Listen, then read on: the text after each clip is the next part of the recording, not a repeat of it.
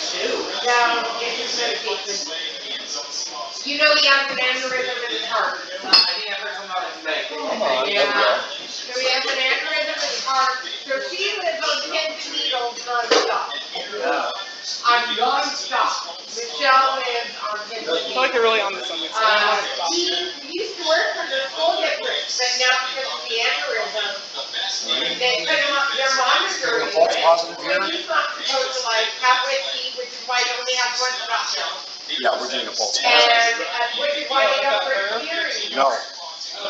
That's why I'm right. Toby. healthier for you. And then, Someone's doing something is here. it me? No.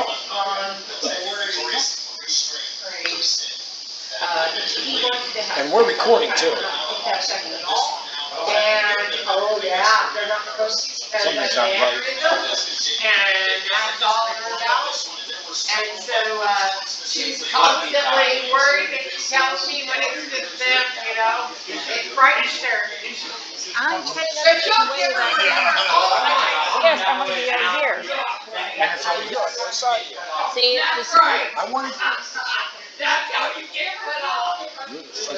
One day we're gonna. Why are you blocked?